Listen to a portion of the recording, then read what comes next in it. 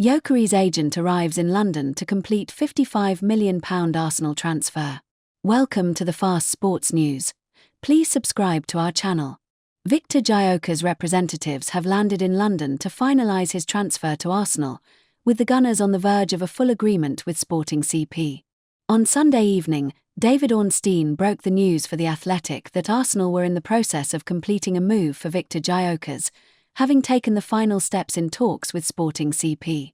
Ornstein later confirmed that a deal in principle is in place, verifying Ben Jacobs' exclusive story that Arsenal will pay an initial fee of €63.5 million, £55 million, with a further €10 million, £8.7 million, in add-ons.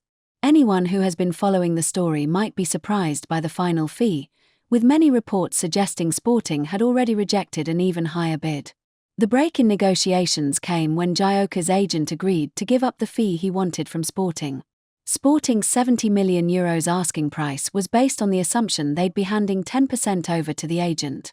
So Arsenal paying €63.5 million, but the agent removing his cut results in the same value to Sporting as a €70 million bid. Sami Mokbel reported for the BBC that a full agreement between the two clubs should be sealed within 24 hours.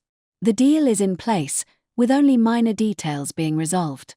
All parties are working towards Gyokeres joining Arsenal's tour of Asia later this week. Fabrizio Romano now reports that Gyokeres' agents have now landed in London to seal the deal, with all set for the player to travel for a medical as soon as those last details are sorted. Romano adds that Gyokeres never wavered in his desire to join Arsenal, even when Saudi Pro League clubs offered a much higher salary.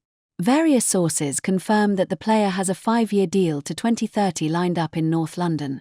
Gyokeres' goal-scoring numbers in 2024-25 were phenomenal, with 54 goals for Sporting and a further 9 for Sweden. It shouldn't be ignored that 20 of those 63 goals were penalties, but 43 open-play goals is still a fantastic return for a single season. The question now is whether the striker can adapt to a new team in the Premier League, where the demands are often much higher than in Portuguese football. The player himself seemed motivated in a recent interview, saying, "It's one of the biggest leagues in Europe. I spent several years there without being able to play a single match. So, of course, it's something I'd like to do. It would be great revenge."